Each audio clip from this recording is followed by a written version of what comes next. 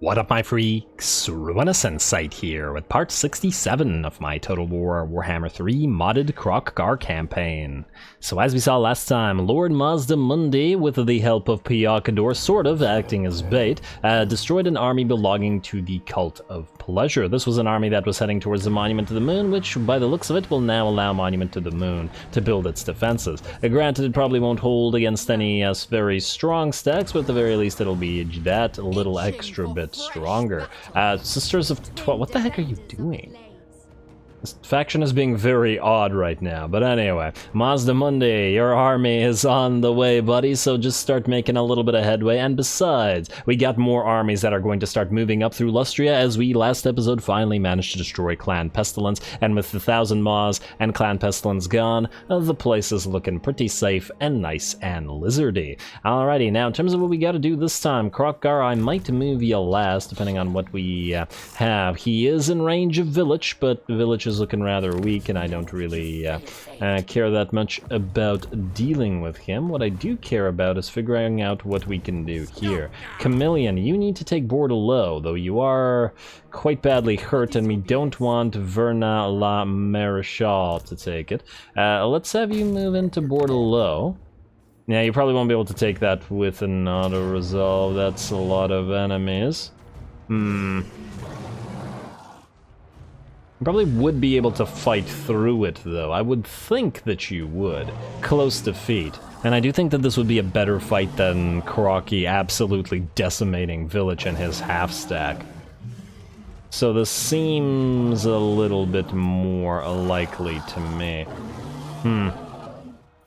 Yeah, we'll see. Let's go for continue siege for now, but we'll figure out what else we have potentially to do in this particular episode, and we'll go based off of that. I was just wondering whether we should move Tic-Tac-Toe in to essentially help out, but he does need to take the Massive 4-cal, and then trade it to Durthu, hopefully for something useful. Close victory. You absolutely wrecked these guys before and now. Auto-resolve this. We don't need to fight it, that's for sure, and we're going to occupy it since we've already sacked it. There we go. Potion of Speed, Bearers of Quila, Ancient... Wait, Engine of the Gods for who? For the Skink Priest of the Heavens? No. You're going back on that Pterodon. It's the Skink Chief that can be on the dinos. Alright, well done, Tic-Tac. Just out of curiosity, how much is this worth to you, Durthu? Massive 4-cal is worth 42 and 6.5k, plus possibly a future war join if we start fighting anybody else, which ain't too bad. Ain't too bad at all. Yeah, he's the only one that we could trade it to. And I'm probably not going to bother building it up. We don't have any special buildings for us here, after all, and while we could maintain capacities, it's a lot of investment for, frankly, not a lot of value, and it's so far away from the rest of our territories. Anyway, Chameleon, you just sit there, buddy. We're going to have you attack, most likely. Ahsoka Rasamate, you have to head down the coastline in order to be able to defend against Kairos as he comes down. Kowal, you are on your Icket hunt. Varenagor, you're supposed to follow Kowal. But Kowal can go very, very far. And there's Icket. Alright, Kowal, March Stance. Yeah, you can go very far even without Varenagor. Alright, and you still need your healing crystal. That's gonna be an issue. Also, out of curiosity, our Fel cargo... Wait. I forgot, have we spotted the Dread Fleet? I think we have. Yeah, we have. Okay. Was just worried about the Galleon's graveyard there. Let's double check that the Fel cargo isn't... no. Then what is it? Wait, is it Sea-Corps? No, Sea-Corps is also a fight, isn't it? There's something other than Mysterious Island that is not a fight. Could it be Shipwreck, perhaps? You know, let's just go by that. I'm gonna make a note of it this time, because I've forgotten. Ugh. And now every time I wonder. Also, Kanoskir, you were the one who destroyed the remnants of that little army last episode. I guess you're gonna head down southward? You know, Kanoskir is closer to the Tzeentchins than Talashbach is. Talashbach could also go up this way instead. Doesn't necessarily have to go there. I'll think about it. Assassin. Let's send you southward. I mean, on the other hand, there's a lot of heroes belonging to Morathi that are up here. Yeah, you know what? No, go north instead. I changed my mind. Quite the opposite of what you were doing before. Pyroxy. you get one more turn here until Baskin can hopefully act as bait, just as we did with Mazda Mundi there. You guys are needed to take the Valley of the Horns, but hopefully at the same time not get killed by Grimgor shortly. Fairly highly likely that we're gonna have to either give up all these territories or, man, use Copperaf to defend them. I really didn't want to do that because we need Copperaf down here. Ugh. Okay, well, if it's necessary, it's necessary. You to the Valley of the Horns, please. Valley of Horns, every time. Every single time. Alright, you're gonna go up. And then we'll send the rest in. We gotta remember that we still gotta get this this Basti with Reviv Crystal to Kroq-Gar. He's been waiting for it for a while. And then the rest of you move up, please. Like so, and like so. I might also build a couple follower armies in a few places with a bunch of flyers. Okay, yeah, this definitely has to be fought. This can be fought manually, though, super quick, so we can do that. I was about to say later, but we can do that right now.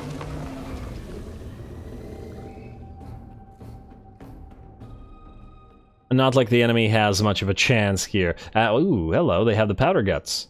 But they're still not going to be able to take down the self-healing Carnosaur and Kikuaka. That's kind of the point of these mini armies. They may not have a full stack, but you don't need them when you have such strong units.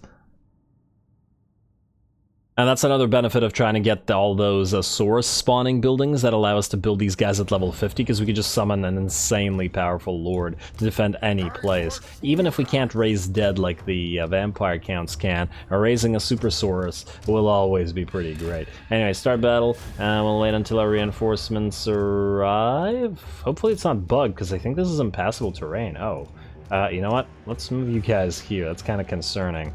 If they get stuck, we get screwed over. Alrighty, and how long we got? 53 and 42. We are not going to send the... Well, I guess we can send the flyers to take these guys out, but we gotta be careful about the lead belchers killing them, or the ogre pistols, or... Yeah. Alright, we got a few more seconds. There we go. And... Okay. Relax. Okay, you can stay back, because otherwise you die. You guys can go into melee. And you three are going to be group 1, you're going to travel together, you're going to be group 2, and you're going to travel after them. And then you're going to be group 3, we're going to speed it up to, not max speed, but something closer to max speed. And then you guys are going to advance together, wait for the slow-moving hero there. And then you stay back. We're going to maybe retreat to the Basti later on. I guess the question is whether we charge the man-eaters. Now we gotta go for the lead belchers first. They're a lot more threatening. Alright, you guys move together. At least for now. Wait. Can they see the Basti? Oh, it can't hide, can it? Okay, we gotta have to be careful of that. Hopefully the lead belchers don't go after it. Alright, go after the lead belchers yourselves then. Don't let them do too much damage. Let's go Foe Seeker, increase speed, take them out. And we'll leave the flyers where they are. And I guess we could sort of watch this. Am I still at sped up? Oh, okay, it's still sped up, my bad. Could use some spells here, but that's probably not going to happen. Alright, there we go. And then you come in and help out with that. The lead belchers are the priority, followed by the ogre pistols. Could you, in fact, bypass these guys and go for the ogre pistols, maybe? And just so that they don't hurt us too much. Alright, and then let's move the healer in to help out. Alright, you guys, do you want to... No, not while those ogre pistols are guarding you. Alright. Go after these, and the rest is fine. Looks like the lead belchers are pretty much done for. What do we have here? Ogre pistols with dual weapons and ogre pistols with iron fists. Yeah, that's fine, you can deal with that. You are gonna pop monstrous strength and start using that monstrous strength to kill those units. So you are gonna move into heal. And we're gonna watch the rest of this. At least for a time, until we need to move. Ooh, look at that. Look at all those corpses, very nice. Is the horned one killing more than the Carnosaur is? Damn, he's bringing them down quick. One of the problems with Carnosaurs that I am aware of is that things get in their way a lot. And then sometimes they just stop attacking. just by virtue of things being in their way. Also, how's our healing crystal? Ooh, it's getting attacked by... Oh, the tower. Okay, well, the tower isn't that much of a threat to it, so that's fine. How are you doing out here? You're taking a little bit of damage, my friend. Might have to move you in to help. Alright, you know what? Let's leave the non-Carnosaur unit here, and let's move the Carnosaur out this way to help Koparaf. I don't want him to die. It looks like our non-Carnosaur unit is doing very well. Alright, and let's move the Basti here. I doubt that they have the capability of killing off the Saurus Old Blood, at least in his current state. Alright, well, keep fighting. Sort of a pseudo-cinematic, but hey, I know, entertaining enough, I think. Big boys fighting big boys. Where are you turning? Attack these guys, thank you. Alright, tower's still firing at us, Basti moving in, not to attack, merely to stand nearby and to provide that healing for these. Down you go. It's kind of a funny way to take settlements, but it's effective. Also, I don't think this is cheesy. I mean, we do have several units. We could build a Carnosaur, but, how you doing? Yeah, you're still okay. Keep fighting, pop your abilities. In fact, all of you pop your abilities. Just so that they're on cooldown. I'd love to make use of our flyers, but we can't do so right now. Oh, the lead belchers have come back. Well, I don't like that. You know what? You guys, go around this way. Maybe we'll go after this tower and possibly the lead belchers if we can. Alright, Kroq-Gar Ancient's getting hurt, Kikoaka is fine, you are still doing fantastic. You know what, out of curiosity, you've killed 31 ogres and dealt 17,000 damage without a Carnosaur. You've killed 28 and done 22.6, what the heck? Oh, that's really interesting, look at that.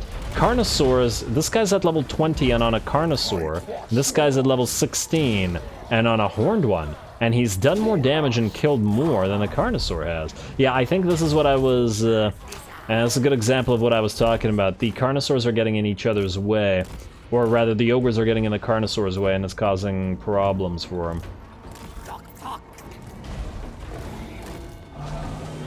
Damn, taking a while to bring these guys down, though. Yeah, but this certainly makes me think that there may be reason to sometimes keep these guys on horned ones rather than on Carnosaurs. It also makes them much smaller targets. This guy's very hard to bring down back here. He's still fighting by himself. You don't need no healing crystals, by the looks of it. Alrighty, well, take out these Nobbler Trappers, please. You're pretty specialized to kill those. Let's make sure that these Ogre Pistols don't come back as well. You guys travel together while we hunt those down. And we can come back to Chokamel later on, but he's doing fine without it. Alright, these guys are shattered. Now make sure that the powder guts are shattered. How are those units of Nobbler Trappers? Looking good. Should we speed this up a little bit? Let's speed it up a little bit. Alright, good. Nobbler Trappers are done for by the looks of it, so as soon as that powder gut unit shatters, we'll be good. You guys are going to rush at that catapult tower. I'll speed it back up to fast. You guys charge the Ogre Bulls with Iron Fists. And tower. You guys J out, back in, out, in, out, in, especially before those man-eaters with Ogre Pistols get here, and tower is done. Move away before you take damage. How are you guys out here? Ooh, move away the regen crystal. Okay, the speed was freaking bothering me. There we go. Move away the healing crystal so that these guys don't kill it. But the rest of you keep fighting. Activate your abilities. And, oh, wait, did he kill them? He killed them all. Okay. What a fighter, damn. Alright, keep attacking. Ooh, hello, if it isn't a Firebelly. Take it their only Firebelly. You guys can probably help out with this a little bit. Oh, and their Lord is out there as well. Wait, now we can destroy this tower, I think. And then you can actually go after those Nobbler Trappers. And you stay away. You go after the Firebelly. Kill a few more ogres. It's 3 versus, I don't know, hundreds. Pretty neat. Certainly not something I remember doing before. I like using lords and heroes like this, but clearly Lizardmen are pretty well situated to do this. Like if you, once again, I think I said this not last episode, but the episode before that or something, we can make a little team with these guys, but then put a Skink Oracle in there in order to provide healing and such. Okay, chase down those Ogre Bulls so that they don't come back, please. Yeah, and if we had you need 2 besties with healing crystals, and then a skink oracle, and then everybody will remain at full HP. Well, keep fighting. This turned out to be a fun little fight, and very, very, very different from our other fights. Which makes it, to me, worth doing, you know what I mean? Hey, the scrap launcher's firing at us. Down goes the fire belly. His belly finally goes out. And, okay, those units are shattered. Now, you can move deeper into the enemy settlement. How are the towers looking? Okay, you guys clearly need to be Jade, because...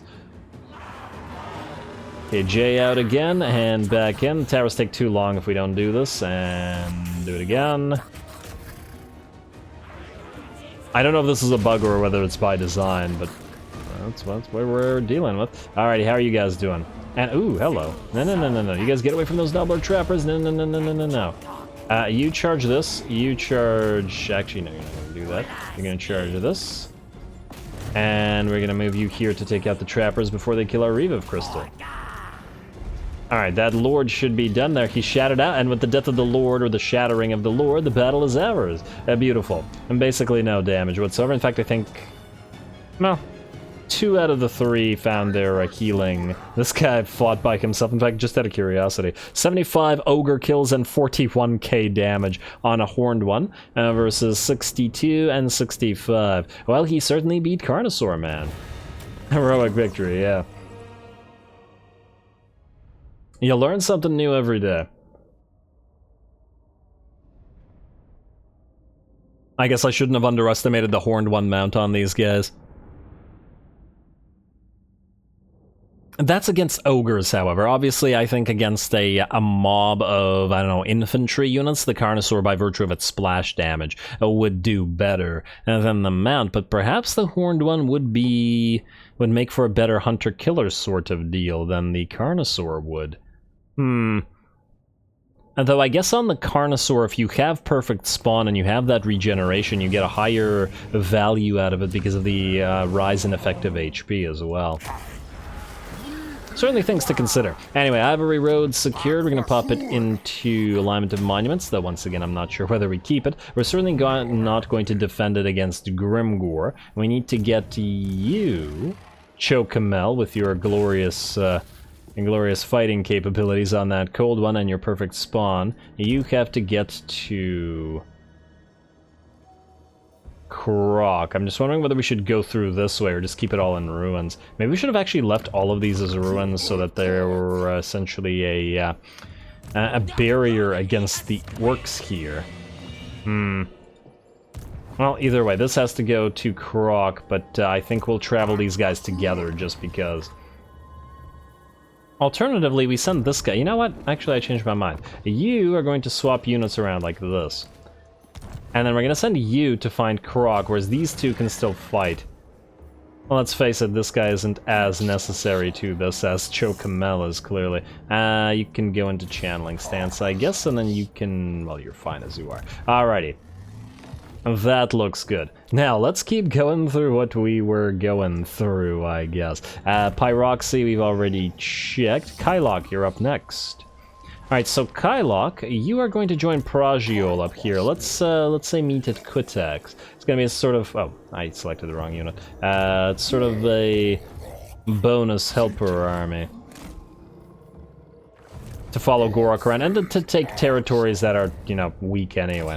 Alright, that's you. Enki Benki, you are gonna see... Alright, this is a shipwreck.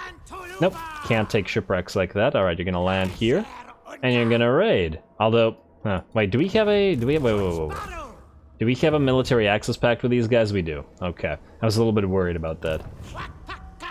Huh, where's their second side? They're not gonna just travel through attrition territory instead of taking this, are they? Was this the AI being an idiot?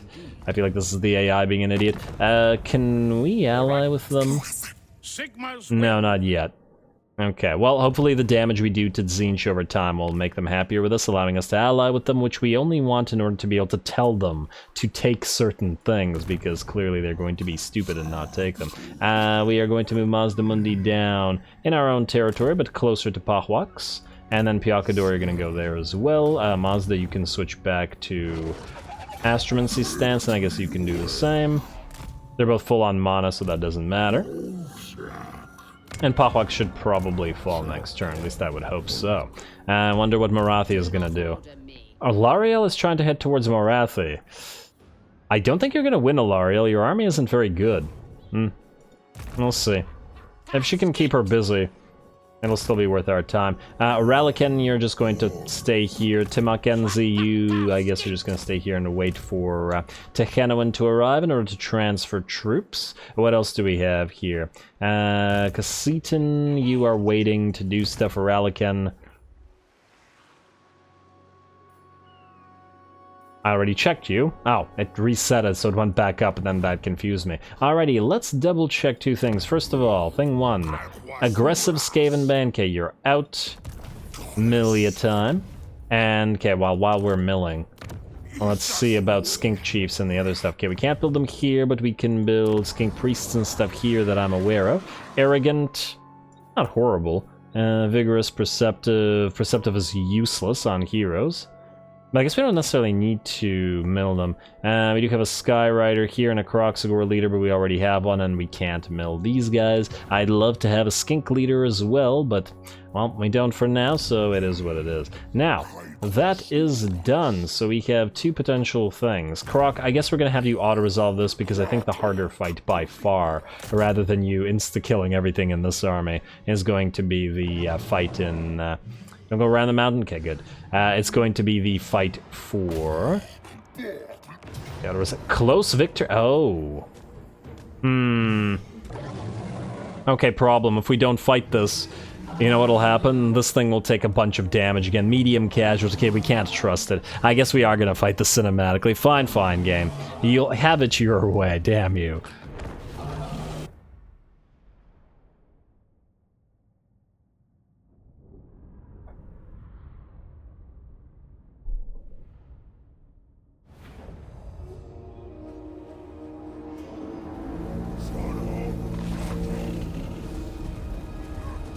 Alrighty, here we go. VILITCH has wandered far, far too close to our position and is going to absolutely suffer for it. And though our army is, let's just say, vastly superior to his, I wouldn't say that his army, just by virtue of being smaller, is a slouch either. Most of his units are extremely elite. The Pink Horrors are exalted Pink Horrors. He has 3, I think, heroes as well. A Giant, the Weird Spawn. He has the Swords of Chaos, Archaon's own Guardian Knights, or Retinue rather.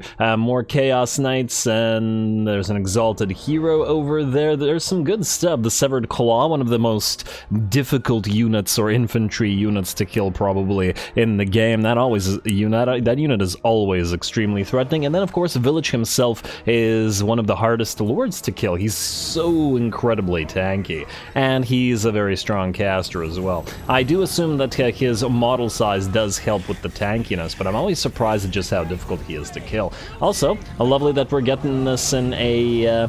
there we go, Kroq charging in. Lovely that we're getting this in a snowy map because everything is nice and visible.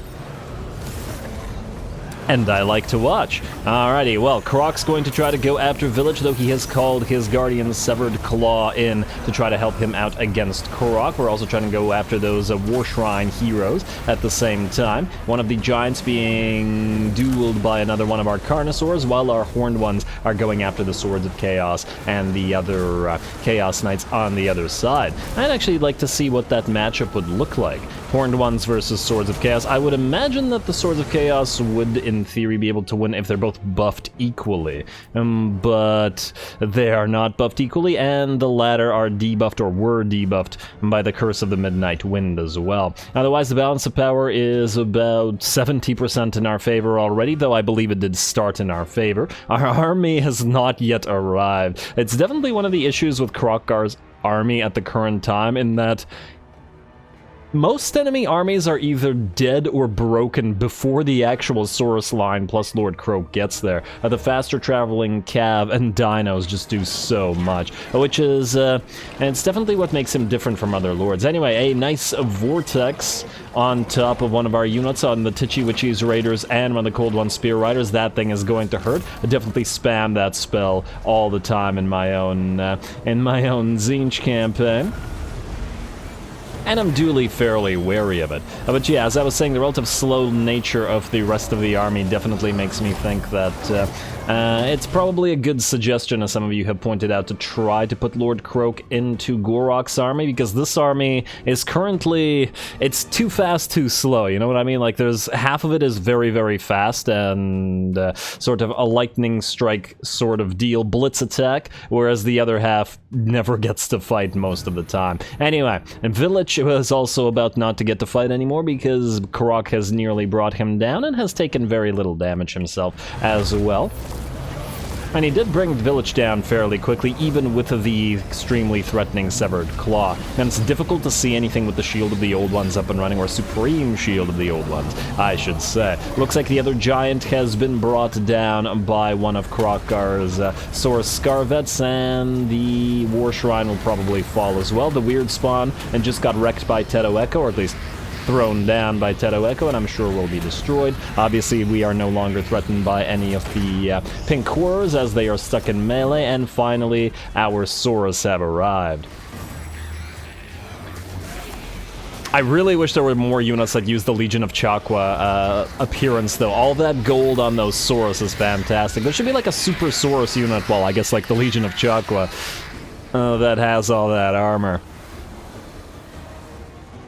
Or maybe Mazdamundi or Kroq-Gar should be able to build a unit like that. Just a slightly more powerful version of Saurus, effectively. Kind of like Daemonhunters can build the, what are they called? The red-crested skinks with shields? Similar sort of deal. Anyway, the battle's over. We are going to give chase. And I just want to take a quick look around this map. This is a fantastic map. This, I take it, as the entrance, I should say, to the underway. Also looks like a underground bunker or military hangar from kind of modern times. Massive sort of spine collapse onto the mountain, perhaps a dragon or something like that. I see some wooden, surprisingly, pathways up around the mountain here. Huh. I wouldn't have expected them to be made out of wood for the Dwarfen kingdoms. I would have kind of expected them more to be carved out of the stone directly, but it's clearly Dwarfen stuff, since we have the Dwarfen armor on the arches over that. Maybe it's from minecarts or something. I definitely see rails up there. It's been far too long since I've taken a proper look around a map, and this one's definitely going to be one of them. With decent amounts of rock fall around everywhere as well. Yeah. I think one of my favorite, oh, and there's the skull from the spine thing, perhaps. It does look like a big old dragon skull, though the scale does seem off, doesn't it? We're always finding these massive, massive bones that are much bigger than anything we know of. Things that could just, like, flick Kolek away as a tiny little creature. Anyway, decisive victory for us, and a lovely map to do it on.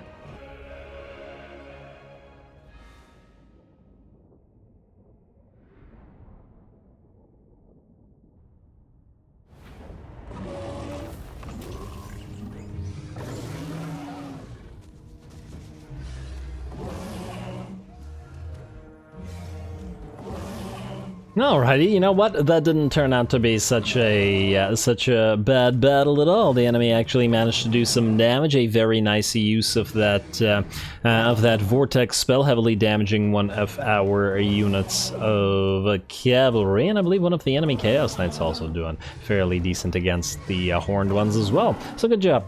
Good job to the enemy, though it still ain't gonna be enough. Still gonna have to go for gold. I know, we should probably heal, but we are in our friendly territory, and at the end of the day, it's still a fact that we will need to make use of our materials at sea. Are you able to reach Taitsu from where you are? Oh, In fact, you can. Well, that's just swell. Enemy killed in battle, and there we go. Melee defense +5 for Kroq-Gar, and he needed it. And funnily enough, the best traits for Kroq-Gar, by the looks of it in terms of defeat traits, would be Kroq-Gar himself, Sora Smiter, +10 melee defense, and then Nakai, which I believe is another 10 melee defense. Kind of silly that that's the way. But oh well. Income from post-battle loot +5. Great, I guess. And then we're gonna head to Taitsu. And then, I guess the question is, do we loop back around? There's a bunch of Skaven here. The problem with this being the fact that, oh man, there's enemies everywhere, essentially. And if we get too far from these guys, I fear that they'll die. But I also want to set up a nice territory for them so that they can actually hold it. Anyway, and we'll take Taitsu first. This is a decisive victory. Let's hope for once that the out-resolve doesn't screw our dino too hard. No, okay, thank you. Ooh. Alrighty, occupy. We'll take that. You can stay here and heal up. Oh wow, these guys aren't even going to be able to heal to full. And we did take some damage on Teto Echo. Anyway, Shangyang, we're going to trade you to these guys. Or, wait, will they join any wars? Oh wow, they are... No, they will not join any wars. Alright, just give us the money then. I mean, I kind of am disinclined to take their money, but look, they don't have any armies right now anyway, so we're gonna be their army. And give them the settlement. Take the money. AI makes free money anyway by cheating. And let's hope that they don't lose it again, or at the very least not quickly. And then we'll give them Taitsu as well. Not gonna build anything or upgrade anything there. Anyway, that went reasonably well. There's still Chameleon's battle to do, but I think we won't have time for it this episode, so we'll save it for next. Does anybody else need to move? Let's double check that, and I don't believe they do. So let's check Diplo, let's do some buildings, and then I guess that'll be it for this episode. Hawkland, Border Princes, Ghost of Pahwaks. You're really starting to bother me, Ghost of Pahwaks. Oh, we could do the defensive alliance with Corona finally. Let the supplicant More forcing them to join our wars. And Averland, we will ignore. Border Princes, we will ignore. I mean, we do have a defensive alliance with Averland, it's just that we don't care that much about them. And they'll never be all that powerful anyway. Anyway, let's do buildings now. Kasabar upgraded for only 6k to a temple nexus. Very, very nice. Also, this means that we no longer need the meat storage halls here whatsoever, and can upgrade this stuff there while we have the materials at sea. Beautiful. Alright, how are we doing? I'm just double checking that there were no other tier 5 territories where I accidentally kept the food. Okay, no, this is not one of them. This is a tier 5, but there's no food. No, okay, we're good. Western Badlands, yes. Upgrade that Geomantic Spire. And the ludicrously expensive is what I was getting at. But then I couldn't figure out a way to say it and got confused. Skink Favelas for you, Skink Favelas for you, and I guess this is a money-making territory, so we're going for Temple of Quetli. Man, we're having a lot of these. I was really expecting to build more lodestones than Temples of Quetli, but in single territories that make a ton of money, I still think we go for Temples of Quetli. Even though this would make us a lot more money, but yeah. I think the way we do it, all territories with 4 settlements, Quetli, all territories with less, not so Quetli. You are gonna go... Wait, what? Skink Favelas, yes, that was what we were gonna do. Southern Jungles, yes to your Geomantic Spire at Zlatland. Oh, that Skull Island's been staring at me this entire time. Xhotl, let us get to you. Well, I guess growth first, then the Old One Monument, even though I would have preferred to build the Old One Monument because of the expense. Do we need to still have the Pterodon Hatchery at Itza? Honestly, it's probably far enough away from everything that it's unlikely that we need it at the current time. And we should probably build the Geomantic Pylon while we can here. And there is a gold mine here as well, so this place will be generating decent amounts of cash eventually. Also, Sabaton, let's build that for grazing pasture for growth. You do have the Geomantic Spire. And, oh, you just finished your Shrine of Birds. Well, that's just swell. Alrighty, what else do we got? Coast of Araby, El Haik, let's upgrade you. Night Forest Road, Kayaks. This is just against Kairos, but it's probably not super critical that we build this right now, but it is critical, I think, to build that geomantic pylon. The rest of this stuff is okay. We probably won't need the Cold One caves, but if we do have a Skaven thing, we'll probably want to fight them here. And you know what? Yeah, so we can build stuff there. Kayaks is a pretty good military hub, actually. I'm almost tempted to... Well, we can replace this with more military stuff. So yeah, Itza, we can then... Well, we are deleting that. Do we need the Beast Slayer here? Well, we'll keep the Beast Slayer here because we don't have one there. Let's go with that. So yeah, Kayaks is fine. Piranha Swamps, Talanshlan. Let's... Clash-Talan, rather. Let's upgrade you. Astalia and Tobaro, let's upgrade you. And you know what? There's a little bit more... Nah, well, let's finish it up. I was about to say we could just end the episode, but... eventually. Knobbly Gorge, you know what? Let's upgrade you. Just do it. May or may not keep you, but let's upgrade you for now. Geomantic Spire being built here. Sentinels of Shati will upgrade you. Can't get that Chamber of Visions as yet, but what we can do is get those glowing berry patches. We'll also go for Growth and Skink Favelas here. Colchin Plains, Southern Sentinels, definitely Geomantic Pylon, definitely Old One Monument, and most definitely Skink Favelas. Mangrove Coast, we go for food, or not food, but the special building. Mangrove Coast is... Oh, it's gonna need defenses, damn. Never know when Morathi or perhaps the Dreadfleet come to town, so can't be risking that. We do have the money to upgrade the force walls here. Heart of the Jungle, Orion's Camp, yes please. Next level, Headhunter's Jungle, go for it. And Skink Barrios. Oh wow, are we running out of buildings?